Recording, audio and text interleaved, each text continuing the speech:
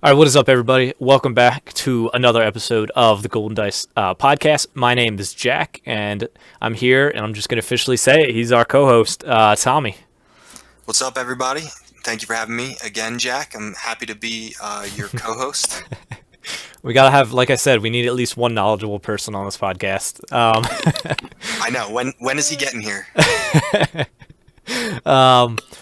But yeah, so for anybody listening, generally, depending on life schedules, Tommy and I would probably try to record on Thursdays or later in the week. But this week, just due to life, it's easier for Tommy and I to record early in the week. So hopefully this gives you guys something to listen to driving into work rather than on the weekends, which I hope is still enjoyable for you guys. Which also might mean this might be a little bit shorter of an episode just because of quick turnaround, a little less stuff to talk about. But either way, we got some good stuff. I drafted this past week. Tommy and I went to a tournament on Monday, which was last night. And then we're just generally going to talk about gauntlet stuff, legacy things, training for regionals because Tommy has one in 3.5 weeks or so, I think. Yep, 3.5 weeks. And it's not like you can even take time to think about and really compare top decks because you're the second weekend of regionals. So it's like even though those first winners don't mean they're the best, they were just happen to be the best ones there, and then people are going to make counters to that. So you don't really want to just run that. So it's just a whole mess. I feel like the first month of trying to see where the meta falls and all that good That's half stuff. the excitement. I love it. Oh yeah, it's great. It's great. But yeah, so we'll start off with a quick recap of a draft that we had in this humble abode that you guys see behind me if you're watching on YouTube. We just had a 6-person draft in my basement, and it was a lot of fun. So I've drafted Empire at War, and I've drafted Awakenings. I think Empire at War. We had like nine people or so. Would you say at our local game store? Tommy, you were there for that, right? Yeah, it was 9. Yeah, 9, and then we probably had. Did we have 9 again at Joe's Yep. house, or did We we have had 8? 9. We did 9 twice. We had 9 for the first one at the game store was Awakenings, and 9 at Joe's house. Oh, that was Empire War. Yeah. Yep. So I had the mix up of which one was which. Yeah. So that's not bad. It just kind of stinks the way it works out is because you have to buy 2 boxes at that point. Or just buy individual packs. But if you get boxes, you're guaranteeing 6 legendaries. But theoretically, you could just end up with just 6 if those 3 other people don't happen to pull any legendaries, or you could end up with 2, or you could end up with all 6, and then there's 12 legendaries in the pot, which is pretty exciting. I think we ended up with like 11 or 12 legendaries. Like I remember the person who came in like 9th and 8th, I think got 2 legendaries since we did snake draft at the end, at least for Yeah, the that was Empire great. War. Yeah, which is nice. It works out that way. But yeah, so we had a 6-person draft of Legacies. Yeah, we just bought a box. We opened them, and so this was my 3rd draft. I think this was Shane, one of your brother. We don't like to mention his name, but he was there. I think that was his 2nd draft, and I really think that was it. My buddy Brian was there too, and that was his 2nd draft. And then my girlfriend and I had opened up, and we did like a 2-person draft just to get the feel for it. But really, it was generally everybody's first time. And then one of our buddies, he hasn't played in months, but he wanted to try out draft. So we had some different levels of play in that draft. But the awesome part was that everybody kind of walked away happy. And like once we only did 3 rounds. I mean, we could have done more, but we started at 7, so at that point it was like 9:30 when we were wrapping up. And so people, had places to go and whatnot, and time to sleep and all that good stuff. But everybody was almost still ready for more, except for Brian, who sadly went 0-3 that night. He's probably raging right now listening to this. But I got very fortunate. So I couldn't even tell you what my first 3 packs were. I could tell you what my first pack was, and then I slammed that just on the table. I knew I was taking it. I opened up Ayla Secura, and I was like, 9 points. I can run Rainbow. I don't need to know what else is in this. These 2 other packs. I'm taking Ayla, and I'm going to run Rainbow, and I'm just going to have a good time. Yeah, I mean, she's super comparable to Anakin, but she fits with the rest of the box beautifully, which allows you to be able to draft nothing but diced upgrade cards or supports for the rest of the draft, which gives you a lot of potential damage output. She's just solid. She's got good damage sides. Everybody knows how much I love Ayla, so I'd have done the same thing. Yeah, I mean, you get perfect 30 points. You get a Guardian potentially with Lobot, depending on how claiming and stuff works. Um, and yeah, she has, like you said, relatively the same damage side. She's got the 2 melee.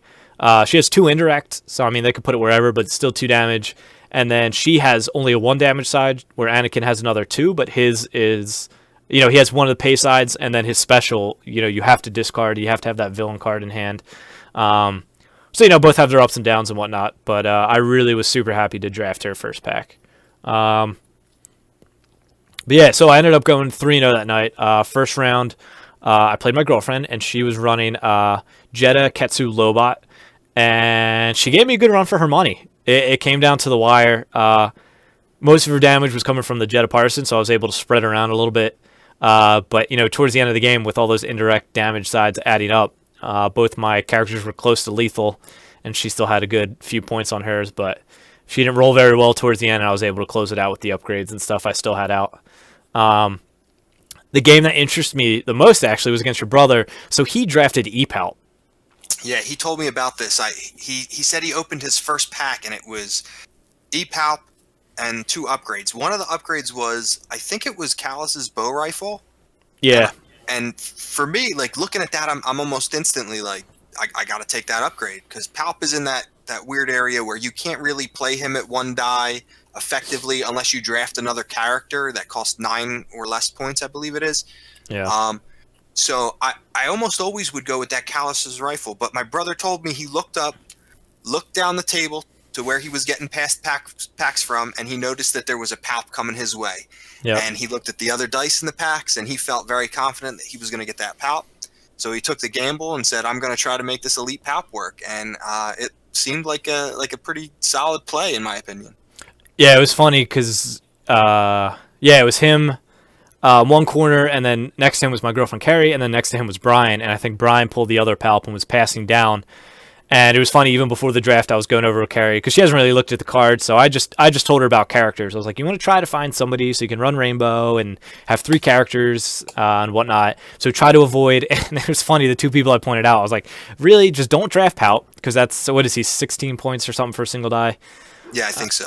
I was like, don't draft him, because he's super hard to pull off. And, Obi-Wan, I would probably stay away from too at 15 points. I think he's good if you can work it, but then you probably have to draft another character, and I don't know. I was just telling her to try to take lower point stuff. So it was funny because I told her not to draft, and then she got past Palp, and she immediately was like, nope, and then past him, and then Shane ended up with 2. But it was interesting playing him because he still ended up getting he still had a snare. He still had Imperial Might, I think it's called. It's a 3-cost Spider Red character to discard a upgrade from play. So he had that. I think he had 2 of those because they were commons, relatively easy to get. Game breaking, and I don't think that's Imperial Might though. I forget what that one is. Yeah. But either way, it was 3 costs. I just can't remember that. Law and Order. It's Law and Order, Law and and it Order is is a card. brutal or at least I would imagine it's brutal in a draft format where upgrades are absolutely. at a premium. Yeah, so luckily, just knowing how Palp plays, I knew not to leave mixed damage sides out there. I forget. I don't even. Or no, who did he play with him? I have it written down. Lobot. He had Lobot with him. So I was just making sure I removed at least 1. So even if he was doing his power action, he was only getting a 1 discount rather than a 2 discount, because playing Law and Order for 1 would have been just super crazy. But so he didn't end up rolling well, and anytime he did, I had different mitigation. One that was great against him was Into the Garbage Chute, so where it's exhaust a character to remove 2 dice showing damage. So since Lobot was my guardian anyways, I was like, I'll just exhaust Lobot, remove both the Palp's die, and then just go to town with Ayla and Ketsu, and just try to pump out some damage after that. And it ended up working. I mean, it was a close game, but he didn't get what he needed. The first few rounds where I didn't get my mitigation, he didn't really roll damage, and then the second he did was when I was able to play like stuff like Unbreakable or Into the Garbage Chute and all that good stuff. But yeah, so that was a good game. I mean, just seeing an elite character in draft is always a little odd, but Yeah, especially even Palpatine, and then also having Lobot and being confident that you'll be able to control the battlefield with 2 characters. He also sent me a screenshot of his deck, and he drafted a couple of the Witch Magic cards that heal you. Yep. And his deck was like 80% odd cards. It was incredible. Like I was like, oh my god, like you drafted this? It was like it was beautiful. It was like a masterpiece of a draft for him, but it just didn't come together, I guess.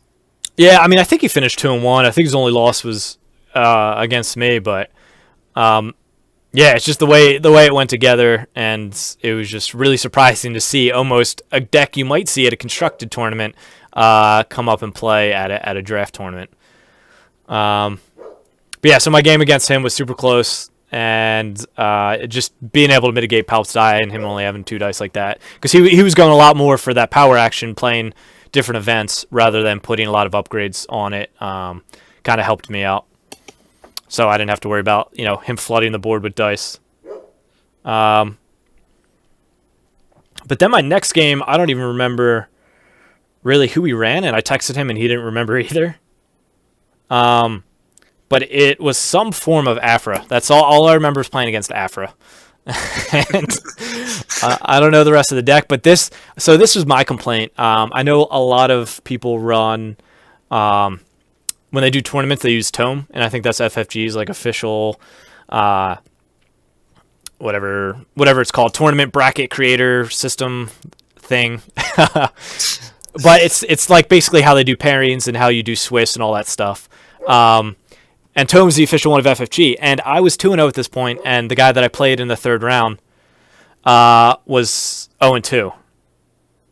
And yeah, I just didn't make sense. The pen and paper out. You got to get the pen and paper out for a 6-man event. That's just crazy. Yeah, and it's like I felt super bad because like at that point he had changed his deck. Like this was I think he played a different setting of characters each game.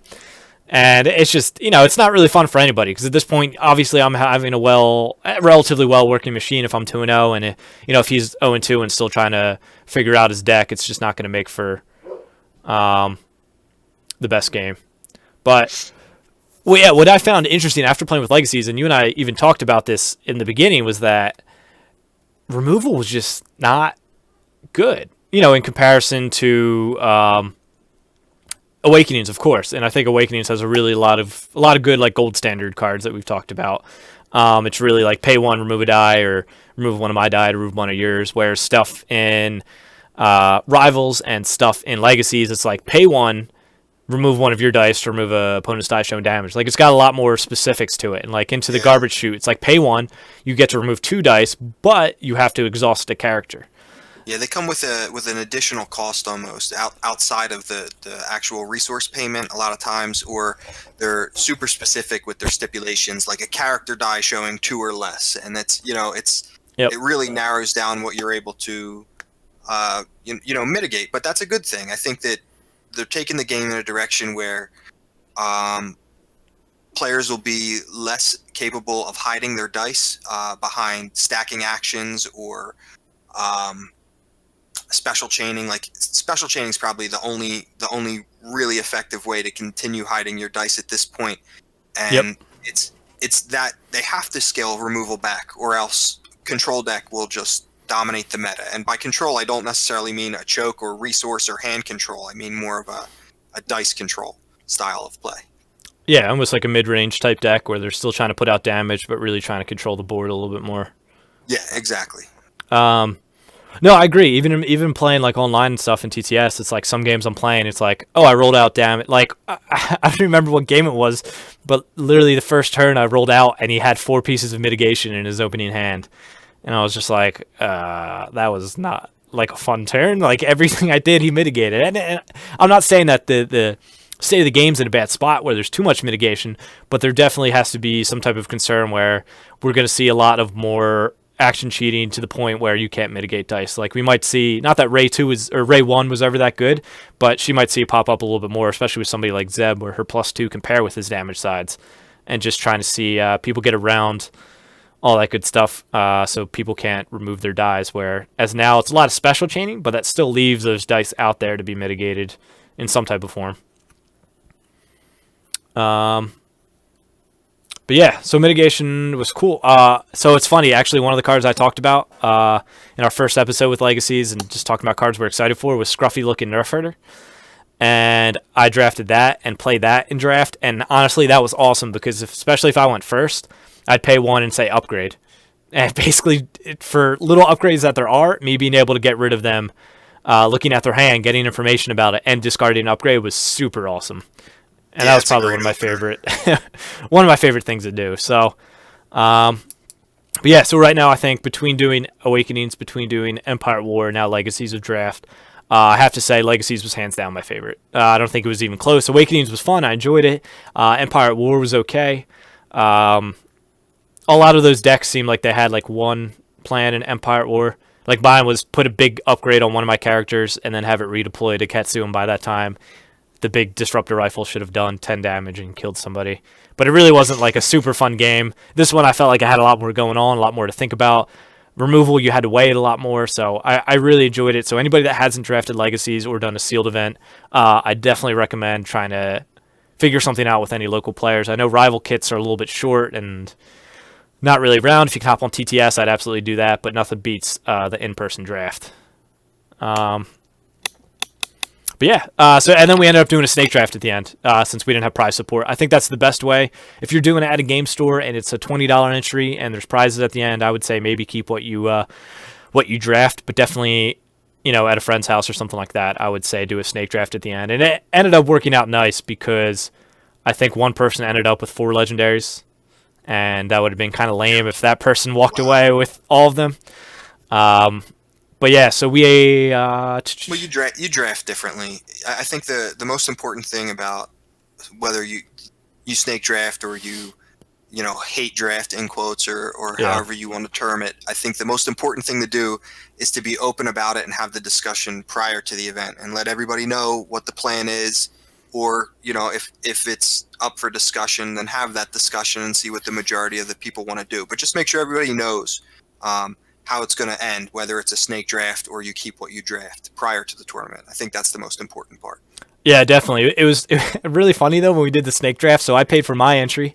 I paid for my girlfriend's entry because really, her and I share the collection. She's not going to pay for that on her own. And then our buddy Tyler, who hasn't played in months and wasn't really planning on keeping going. He kind of wanted to try out drafts, see what he would like, and maybe that would be just something he does where he wouldn't really buy boxes or anything. He would just draft every now and again and maybe sell off, If he does it at the store, then he walks upstairs and sells singles right back to the store or to anybody at the draft. So I covered his fee. So I'm drafting for 3 different people, and it was just like I was walking away. Towards the end, so I had already bought 3 boxes, as we talked about. Towards the end, one of our other buddies, Matt, hadn't bought any yet, so I just drafted the legendaries that I didn't have yet. Like, there was a Yoda out there, but I already have 2 Yoda, so I didn't take them. Brian didn't take them, and Shane didn't take them because we already had 2, so my buddy Matt was able to walk away with the Yoda, which was really cool. And then towards the end, when we got to rares, I drafted a few that I needed. Like, I needed Callus, so I drafted him, but after that, I was just like, Matt, you can, I don't need any of these. I already have 2 of everything. You can go ahead and take the rest of the rares since you don't have a box yet. So it was really awesome. I think everybody walked away happy. And it's really cool to fill out people's collections, especially when there's a little bit more experienced people and people with bigger collections playing. It just helps the local scene grow, so. But enough about draft. On to our Monday night local tournament. So Tommy and I both went to our local game store. It's about 25 minutes away or so, and we had 7 people. Yeah, there were 7, which was kind of a disappointing turnout for the first, Legacies legal event in our area that I know of. Yeah, so I want to, I guess for any listeners that aren't sure, just a reminder that the holiday release came out on the 11th, I believe it was, and it won't officially be legal until February 1st. But especially local stores, like I really would much rather my weekly tournament be Legacies at this point. But there's even a stipulation for regionals can actually, if there's product out and that store has product, that store can say they'll have Legacies legal even if it's before February 1st, which is extremely weird. And I would actually be annoyed at my store. Even though there's plenty of product available, I would much rather they wait. But either way, just so people know, it's not officially legal till February 1st, but it's up to the stores, especially for weekly tournaments if they want to do it. So there's plenty of product. I would rather them. If you have the product, I'd rather them encourage legacies. I think the turnouts for the events would be better. And I mean, I think the important thing again is notice, just to make sure that you get the word out, that people know that legacies will be legal at your regional if that is the case, and that store chooses to, impose that clause. Then they need to let people know as quickly as possible and as many ways as possible through social media and whatever other means. Yeah, I think it definitely depends. Like if there was something like even this weekend, only like giving people a week to get stuff and test stuff. Like I don't know. It just seems like a quick turnaround a week. I mean, I could see the last weekend of January, like the 26th or 27th, them making it legal. But I mean, half the time stores would just post it on Facebook, and then who knows of whether or not people hear it. So that would be my only worry. But and also, it depends on how hands-on the store is. Yeah. If they have an outcry from their local community that say, hey, we really, they got 12 or so guys that show up, and we really want legacies to be legal, and then those 12 guys can carry that message out to the community and really Definitely. push that and make it vocal. That's also probably a good way to do it. Yeah, I agree. But yeah. So again, that's the legality of legacies. But onto what we ran. So both of us actually ran what we talked about last episode, those decks. So I ran Wedge Yoda, and you ran your Elite Yoda, Ayla, but you had a Rebel Trooper in place of the Jedi Temple Guard, so to add a little Correct. red mix to that. So A little spice. yeah, but of course you still had your dumb gray card partnership that I can't wait till it rotates out. I didn't mind it last time you said it. I was like, oh yeah, partnership, and then we played this tournament, and I wanted to cry. Thank you. But starting off, I guess I'll just kind of give a rundown of Wedge Yoda. I mean, I again only played a handful of games on TTS, so now getting to the point where I could go to a tournament, and granted, only still 7 people, but it was rough. It did okay in the games. I felt like they were relatively close, but I finished 1-2. But that one win was a first round bye. So I'm starting to get the feel that it is a good deck. And I feel like if I can get out a Resistance Bomber or Y-Wing and at least 2 of them by turn 2, I could have a decent chance of racing damage. But oftentimes at the end of the first round, I'll usually have 5 or 6 damage on me, and the opponent will only have 3 or 4. So I'm definitely starting off a foot behind, and with only having 22 health between Wedge and Yoda. Now, of course, I have shields, and I do have Caution and Field Medic, and a few things to help stay alive. It really just felt a little bit too squishy, especially because vehicles take a little bit longer to set up. So going forward, I feel like the way to go for vehicles is back to that 3-wide set, whether that is still Hera, Maz, and either a pilot or Ezra. I don't know, but I just think something more than 21 health kind of has to be the way to go for vehicles to work, because it just became Yoda would die super quick, and then Wedge is really just kind of holding out and hoping that my Resistance Bombers don't get force thrown at me for 6 damage. I think you're right. I think the sweet spot is the mid to upper 20s for your life total. I do think you need 3 wide to establish that. Maybe potentially 4. I don't know what the best way is. You don't necessarily care about speed, so you have the ability to spread out into a 4 character set. But yeah, I think that 2 characters with the supports is a little too fragile. I agree with you. Yeah, and then it's tough because I want Wedge, and I think his power action's super good, but at that point for 11 points, it doesn't give me much room to have other people. So maybe try I might end up trying single die Wedge, Elite. Why am I blanking on it? Hera, Elite Hera, and then at that point single die Ezra, I guess could be. So I mean, basically swapping out Maz, Jar but Jar. could go Jar Jar. I don't know if I want to go there just yet, but maybe one day. He's a value at 9. You get 2 dice. It's so tempting for me. I don't know why. I'm just intrigued by that card now. Well, yeah, I guess I could run him because Wedge is 11, Hera at Elite is 12, so I would only have room for 7 points unless I dropped Hera back down to single die, and then I could bring Elite Jar Jar. But yeah, so that's something I'll probably be toying with. I actually took the deck apart. I was just frustrated. I was like, it's not bad, but just going like that and having those issues against 3 character decks, which I think are going to be prevalent. in the meta. I knew I had to change some stuff around, so I took it apart and just trying some other stuff for now. I'll definitely come back to it at some point because I love resistance bombers. Yeah, I think that the indirect damage and the vehicle set can work. I think it's better now in Legacies than it was. Well, obviously indirect wasn't around, but I think that the vehicles are actually coming into their own. More supports than vehicles. There's some good options. I think the resistance bomber's strong. I like the runaway Boombas. I think they're strong. Mm-hmm. Anything you can roll back into the pool, just for me, is just intriguing. I really enjoy that mechanic. Just getting dice from nowhere, whether it's Seven Sister or even Krennic for that matter. I just like all those mechanics. Yeah, I mean, at that point, you're paying 4 for 2 dice, which is bad, right? Because the power action spend for the runaway Boomas, you're spending a resource to roll another die into that pool. So that's not bad. I mean, 4 for 2 dice. You know, I mean, it's got 3 blanks, but I mean, half the time, if you're going for support like that, you're only looking for damage. So Yeah, well, when you blank it, that's when you say, all right, I'm going to roll in Jar Jar and get that reroll. Yeah, exactly. So yeah, so I mean, I'll definitely be taking a new direction. I feel like I need yellow. I mean, I even mentioned that to you. Is like, I mean, blue doesn't really offer much in the way of vehicles. I mean, there's the ETA Interceptor, which I tried a little bit, and just for its 3 indirect side to pair up with Wedge, but overall, it kind of let me down a little bit. So I tried the U-Wing, but like, I wish I had and could try the Runaway Boomas, and I wish I had the new Millennium Falcon. So there's definitely some stuff that I'll tweak about and see if I can change some stuff and make it a little bit better. But we can roll on to yours, the Elite Yoda Ayla Rebel Trooper. And did you finish 2 and 1? I have that written down. Yes, I was 2 and 1 as well.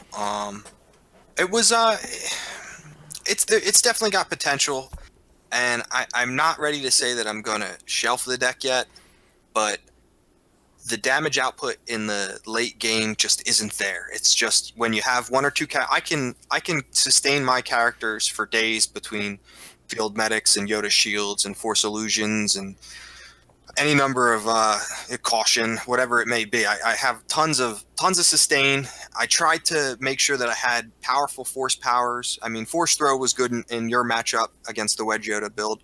Yeah. But it's good in most matchups. I think the die values are trending upwards, so I think that it's a good include in most blue decks. But I also tried to use 1 force wave in case I saw a lot of 3 character decks. I used 2 mind probes in the deck. I have the light bows obviously for the special chain. So I tried to make sure I had high value upgrades on my characters because the majority of my damage was going to need to come from them. Yeah. And then I used 3PO in partnership to try to pull off some shenanigans, which was very nice, actually. It worked out really well. It didn't matter what you rolled. It's like you partnership in with the Mind Probe, first action, pay 1, remove 3PO to resolve the Mind Probe as a special. Boom, 5 damage in my face. I was like, ow, that hurt. Yeah, it can be brutal. But at the end of the day, I just found that even if I did win, I barely won. And yes, I could blow people out occasionally, but it just doesn't feel dominant. It doesn't feel as good as I want it to. I think it needs work. Yeah, I mean, I even feel like you had a good matchup against me with that deck, but it would still, not that it came down to the wire every time, but it was still a relatively close match each game we played. And, you know, absolutely. If you have a good matchup, you know, you would expect to be not for it to be that close. So again, I do agree. It's a little tough, but I mean, even you and I talked about, even before we started, of our new Blue Hero 3-wide decks, and I think both of you and I are taking a little bit different of a direction without special chaining. So the one I'm working on now is Elite Ayla, Single Die Ray, and a Temple Guard, but might swap out for Padawan, as we talked about. We'll talk about, you know, those new decks in later episodes and stuff as we're expanding our horizons. But it is funny that I think 3-wide Blue Hero has some place in the meta currently, but we'll see whether or not it stays that way. Yeah, I agree. There's something there. I'm just not positive. Yep. But yeah, I mean, going 2-1 still not bad. What was the other deck? So you beat me in the tournament, and then what was the other deck that you beat? It was a Jin Akbar. He was a relatively new player. As a matter of fact, I think this was his first event that he came out to, and it was more of a me helping him through the game experience. Although he seemed like he understood the mechanics well and made really good decisions that I wasn't spelling anything out for him. he made good decisions. He definitely was grasping the game, and I hope he comes back. His name was Matt. Yeah. Nice guy. And Yeah. then my loss was to I lost to our friend Joe um, in the second round, and he was playing a Villain Mill deck. He played single die Sienna, single die Newt Gunray, and Elite Jabba. And that game came down to about as close as you can get. The last turn, I had 5 cards in hand. He had 3 life left on Sienna, 1 card in hand, 1 card in deck. I have no cards in deck. I have 2 dice remaining in the pool. I have a blank on my Rebel Trooper and a 2 indirect on Ayla. He has no dice left to resolve. He just has the 1 card in his hand. It's my action. I play C-3PO, and then he plays Lying in Wait, and I discard my whole hand. So I am 1 damage away from killing Sienna. I roll out 3PO, hoping to get my focus. That way I can turn the Rebel Trooper Yeah. to anything. But yeah, I blanked on the 3PO, so I was unable to kill him. I left him with 1 life, and that one hurt. That one stung a little bit. That's rough, and that's interesting too. I hadn't seen the addition of Sienna in that slot. I think I've seen people play Night Sister a lot to really just add for those, I guess, extra rerolls. And I mean, I don't really play with Night Sister that much, so I don't really know if you're in the mill deck, if you're going for offensive and try to get those discards more, or if you're just trying to reroll your opponent out of damage. But it also adds that Force Illusion. So it's really cool to see him do well. And I think he finished 2-1, and I think he lost in that final table, right? Yes, he lost to Scott, which we'll move on to now, I guess. Yeah. Scott was playing, no surprise, Obi-Wan E. Maz, which is a pretty heavy favorite early in the meta. Yep. And it's solid. It's good. It's 2 characters, Obi with 12 health, Maz with 8, so it's a relatively small health pool. But with Obi-Wan's ability to generate shields at an alarming rate, and Maz's ability to add a layer of consistency to his dice where they only have 2 damage sides, it seems to be a good mix. Yeah, and I mean, I still stand by the idea that you need to try and blow Maz off the board by round 2, because it's like trying to chew through Obi-Wan while he's getting shields and then Maz constantly focusing him seems like a bit too much. But if you take too long to kill Maz and you're now facing Obi-Wan with an heirloom, a handcrafted, and Obi-Wan's lightsaber, it's a very scary situation to be in. And yeah, I mean, absolutely. Again, I think it's a good deck. I mean, I also think it helped the fact that Scott was playing it, and I think you and Scott are probably the best 2 players in our local meta, so he's excellent at it. So I think really any deck that he showed up with was going to be a good deck. Yeah, Scott. I'm not convinced that Scott isn't at least part robot. Like he's definitely a cyborg, or he's got some sort of enhancement going on there. I'm not convinced, but I haven't been able to prove it yet. Yeah. So for anybody not watching on YouTube, so if you're listening on iTunes, and actually we're now on Google Play, so I don't know if anybody's listening from there, but I'll just read off his deck list for you, so anybody that's interested. He has 2 Ancient Lightsabers, 2 Force Illusions, 2 Handcrafted Light Bows, 1 Obi-Wan Saber, 1 Rey Saber, 2 Shoto Lightsabers. He has 1 R2-D2, and then he has 2 Adapts, 2 Cautions, 2 Guard, 2 Lightsaber Pull, 2 My Allies of Force, 2 Reaping the Crystal, 1 Riposte, 2 Sound the Alarm, 2 Truce, and 2 Unbreakable. So, in the beginning, like I said, like Obi-Wan with his lightsaber, a handcrafted, and I mean, he wasn't running heirlooms, but even like an ancient on him at the end is very scary, and it's very relatively easy for him to pay for that. I mean, he has the adapts, he has Reaping the Crystals, he's got Truce, so it's definitely a deck that can pay for upgrades, despite Obi-Wan having a pay side too.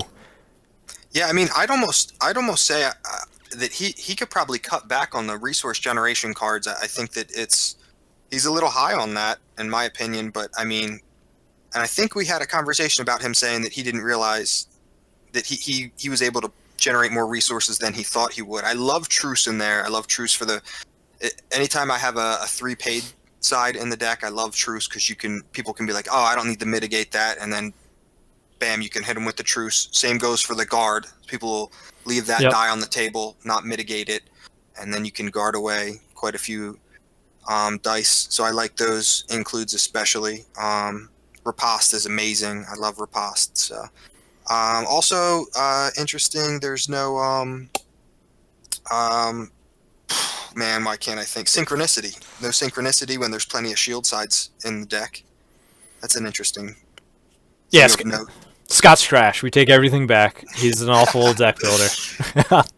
No, I'm just comparing it to things you might Yeah. expect to see. He doesn't use the support defensive teaching either, which I've heard that some people view as a possible trap card, and I don't necessarily disagree with that. I feel like that might be a little bit gimmicky, although it may give you a little more use for the Shoto lightsabers. Yeah, I felt like it was a bit like for again we're at this point where we're 4 sets in a 30 card deck. Is defensive teaching really going to make it? So anybody that does know, it's just give all or blue characters can have one more shield. So Obi-Wan could go up to 4 shields. If you have 2 in play, you could go up to 5. I didn't feel like it was necessary in my few Obi-Wan games that I did play. Yeah, I mean, there's only 30 spots. These lists are there's so much competition for these slots at this point, and everybody's deck is going to be a little different. And this is just my first glance at his deck that he sent me earlier today. Yep. And yeah, I mean, it's solid. And I had the opportunity to play Scott at the end of the event. I was like, hey, I haven't gotten too much testing against Obi Maz, so you want to play a game? And he obliged. And the one thing I found out about my deck is I cannot do enough damage early to kill Maz quick enough in that matchup. I think that's the weakness of my deck. So I kept it close. I think I got Obi-Wan down to like 2 life, 3 life, 4 life, something like that in that ballpark. But he was able to kill Yoda. I just didn't have enough upgrades on the table to deal the damage at the end of the game. Yeah. Yeah, I mean, it's just if you're not burning Maz down quick, you're definitely going to struggle throughout that. And I mean, that was the same thing with me. I playing an indirect damage deck. It took me a while to kill Maz simply because he would just be eating it on shields. He had the 2 cautions. He was getting a shield from Obi-Wan every time. And it was actually one of the probably end of the second turn. He just claimed, and at this point, there's probably Yoda's either dead. I think at this point Yoda was dead or had like 1 health left. So he was definitely in the driver's seat of this game. But I had 4 resources and I had a rally aid on the field, and I already had a Y-wing. And earlier I resolved that Y-wing as a special, so I did the 4 damage, but he ate it with shields. But then I had the 2 cards in hand. One was a strategic planning, the other was a Y-wing. So I play the strategic planning, ready that Y-wing, and then do rally aid to play my Y-wing for 1, and then rolled both them back out and got lucky enough to hit specials on both of them. So I did 12 damage, 8 of it after he had already claimed, and he was just like, I thought I was in the driver's seat, and then that happened. And it still ended up working out for him. He still ended up beating me, but I got Obi-Wan probably around half health or so.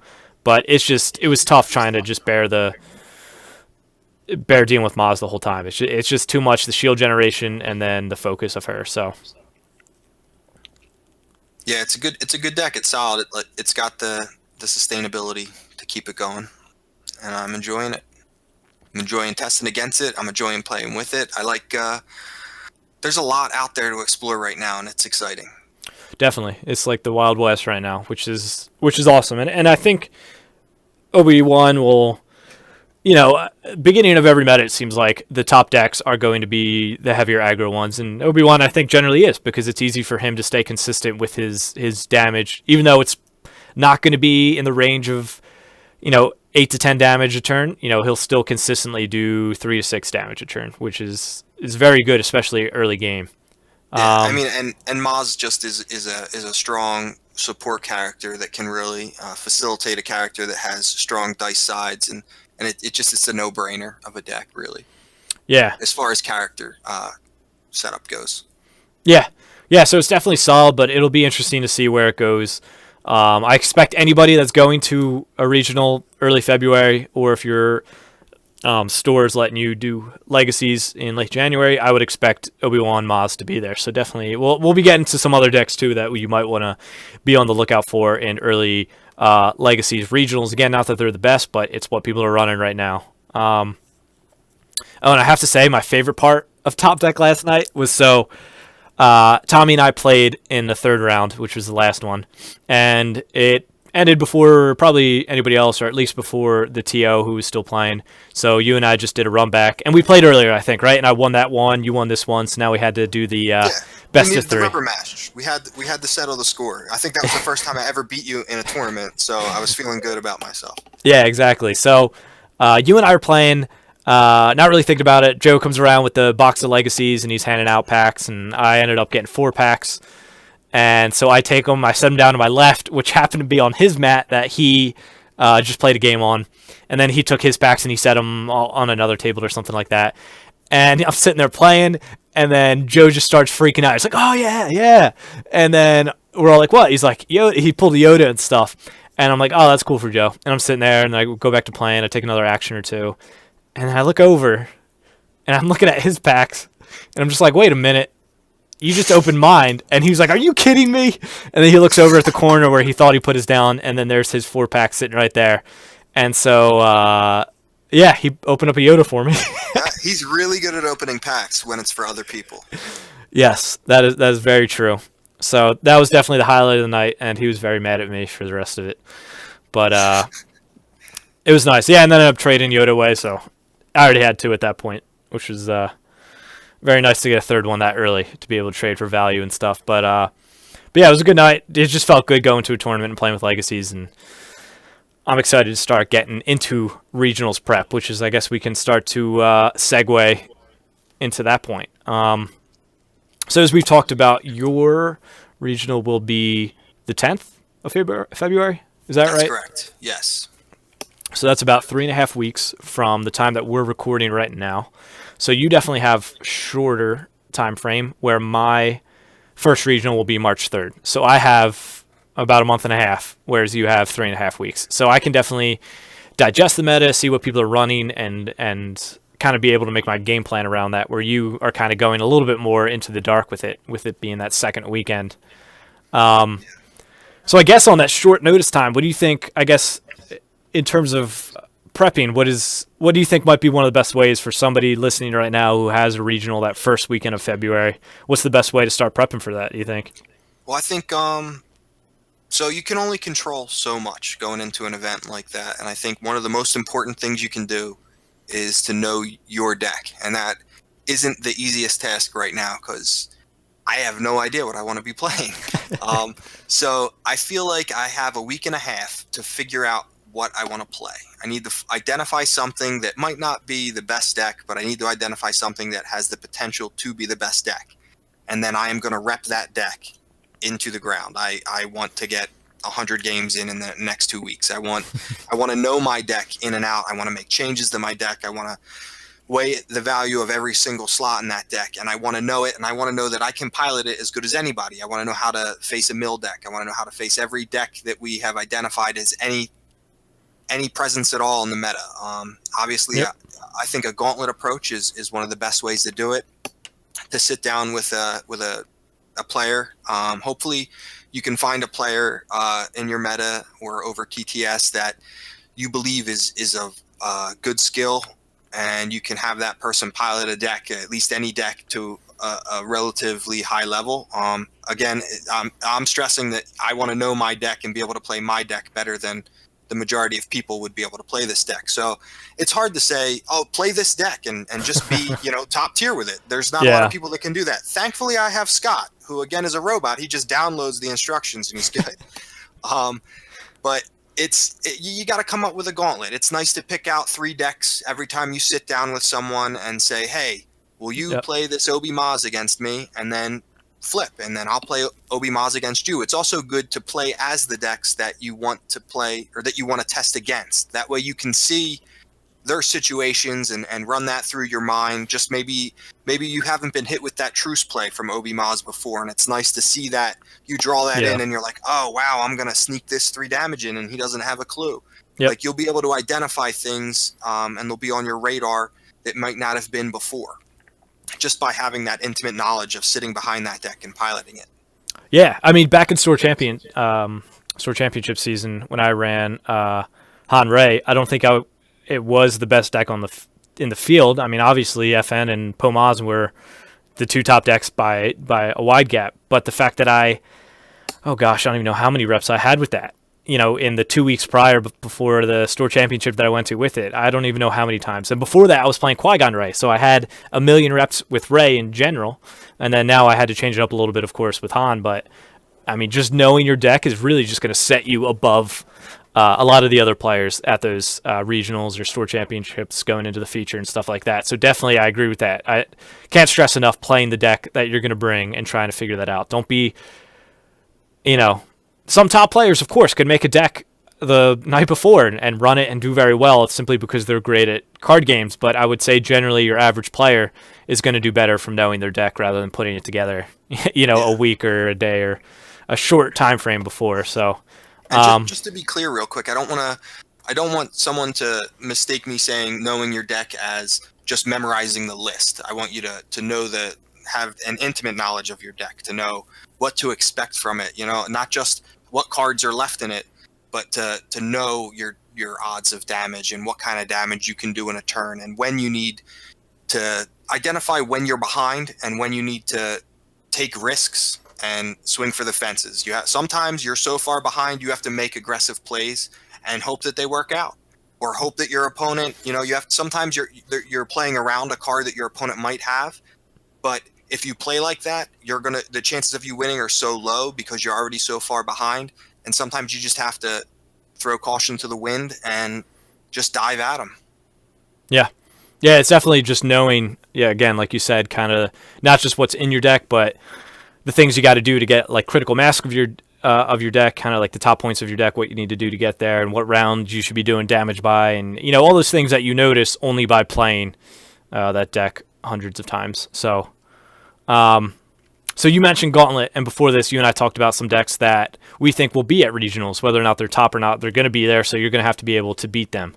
So I guess, should we just read through the Gauntlet? Does that sound? I mean, and this isn't like the perfect Gauntlet, so don't just test this and nothing else. And yeah, these are just more decks that are to be known. We haven't identified much as like the top meta, but these are decks that maybe you want to try yourself, just to see them. One thing that we've discovered is that it's always important to play whatever deck you're going to take to the event. Play it against a mill deck 2 or 3 times, just to see how your deck operates, what you should be holding, what you should be pitching, when to pitch. Yep.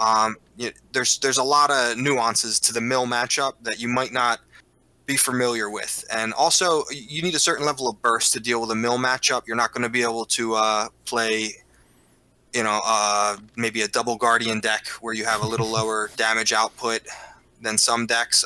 You're really relying on upgrades at that point, and if they're attacking your hand really hard, it makes it pretty tough to up your damage, because your guardian is useless in that matchup. Unless you're playing against the Jetta Partisan, then you can just eat that too, and then you don't have to discard that. But that's probably about the only instance where yeah, that's not bad. It matters. But yeah, so these are just quick. Tommy and I were talking. We think these are kind of the decks that are popping up right now. So we got Obi-Wan Maz, we got Callus Mother Talzin, and then we got Poe 2, and then it could be any combination of whether it's Yoda, Ayla, or Rey 2. I don't think Rey 1 will really be making an appearance in that, but especially those early Legacies regional tournaments. Some people might not have had the time to test. They're not sure what's good. They're just going to stick to what they know, and I really don't think R2-P2 took a hit, or really any decks got that much better. Time will tell, but it's definitely something you can expect, and they could even just swap out Rey for Ayla or Yoda, and you'll get some good special chaining. So just definitely be ready for that. Be ready for any type of Yoda variant. So, I mean, Yoda can fit with Zeb, Yoda could fit with Finn, Yoda could fit with Wedge.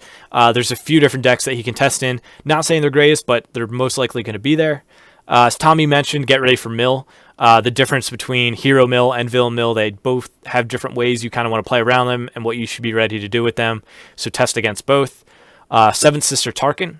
This deck is probably the most talked about deck right now, I think, aside from Yoda and whatever combination he's in with special chaining. But Seventh Sister Tarkin's popped up a lot on TTS, and just on Discard, people are talking about it all the time. I mean, I think the Hyperloops posted an article about it. Artificery posted an article about it. So it might be that early Django Veers type thing where it just does a lot of damage, but as the meta evolves, it's kind of easier to counter that. But definitely be ready for that early on. And then the last one would just be Kylo 2. in general. I mean, I think Blue Villain will be there in some shape or form with Kylo 2 in it. So if you're running a mono deck, be sure to have some good gray cards in there. And again, 4 sets in, there's definitely stuff that you can put in that will balance your color levels but not take away from the power of your deck. So, I mean, those are kind of the early ones that we're thinking about. And again, it's just get a friend, play test. I'll be going over Tommy's, and my buddy Brian will be coming over here. We'll be playing all these different games and stuff like that. So you definitely want to be prepared and get those reps in, like you said, because you might not be thinking about what, especially Mill. I don't think that's going to win any regionals. I don't think that'll be top, but it's going to be there. And you don't want to lose to that in the second round simply because you weren't ready for it, where you know that you can beat some of the other top decks that are going on to the third and fourth round undefeated. Yeah, it's just one of those. I wouldn't say that I would put Mill on my gauntlet to test repetitively against. I just think it's good to have that look a few times and see that out there. Yeah, but I agree. Also, just be aware, Kylo 2, not necessarily repping Kylo 2 unless you think you have something special there. But I think that it's more of just be aware that, hey, should I up the number of gray, or do I need to add a second color to this deck? I think those are just things to be aware of, because it's a possibility. If you start seeing it in your local meta, chances are it's going to be at the regional and be on a higher stage.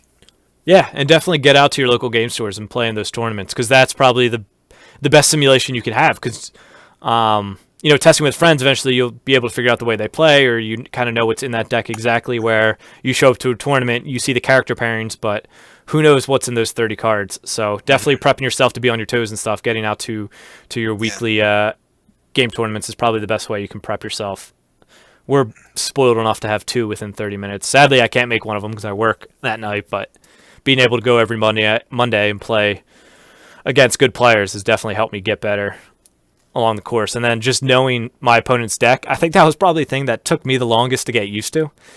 Like, when I played Hanrei, I knew how to play my deck in and out, but then sometimes I wasn't thinking about what FN or what Pomaz had in their hand. It just took me a while to get used to that. And that's something that just comes with repetition. And then just knowing the cards in the set and stuff like that, which of course comes from playing the game. So definitely get out there. It's tough. I mean, I know that people don't have time. I say I'd like to get 100 games in 2 weeks, which I'm probably not going to be able to do. I'm busy. I've got a nursery to work on at my house here, and it's probably not going to happen. But that you could set goals for yourself. I mean, if they're not at a high bar, then what's the point of setting the goal? If my goal is to walk across the street, anybody can do that. That's easy. Let's set the bar a little higher. And I know it's tough. So go with what you know when you don't have the luxury of all this testing. Have fun when you play, but go with what you know when you're going to an event. If you care about if you have a lot invested in that event, if you really want to do well, play what you know. Yeah. And I mean, otherwise just have fun. I mean, it's all fun. It's a game at the end of the day. Yeah, I mean, we talked about, I think last episode, it's just like, regionals, you just kind of want to bring what you know, because a lot of people, and again, nothing wrong with it, but they'll just might be bringing decks that they know are good and might not have play tested with it much, whereas store championships, people are just bringing all these random decks that they played with a lot and want to try out because they were able to make 3 or 4 different store championships, where regionals, you generally can just make one. But yeah, ultimately it is a game. It's fun. Go to these regionals, make friends. I wouldn't be surprised if people start doing some drafts on the side, after the Swiss makes the cut. If you make that cut, people might be breaking off into pods, doing drafts and stuff like that. So I'm just really excited to start going to tournaments where there's a lot more options other than just the normal format of the regional Swiss and Top Cut and stuff like that. So, I mean, I think that just about does it for what we wanted to talk about today. Just kind of recapping our tournament, recapping rivals, and kind of looking ahead to regionals prep. I don't know if there's anything that you wanted to add, Tommy. No, I think I'm good. Everything sounded good. Thanks for having me, Jack, tonight. I had a blast. Congratulations to Scott again, and thank you, Joe, for running the event. Mm-hmm. We had a great time, and we appreciate you, even when you make decks with 3 upgrades. But thank you. Yeah.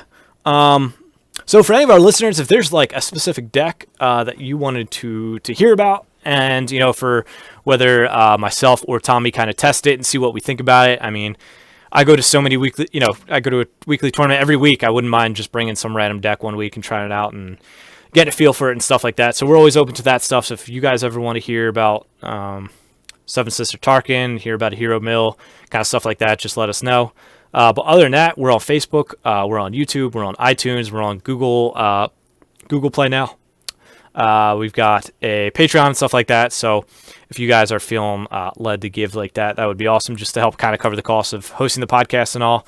But eventually we will be kind of going into, Tommy and I can give you advice on decks, and eventually we'll be making some alternative art cards. And I wouldn't be surprised if Tommy's vote is to do Ayla Secura first.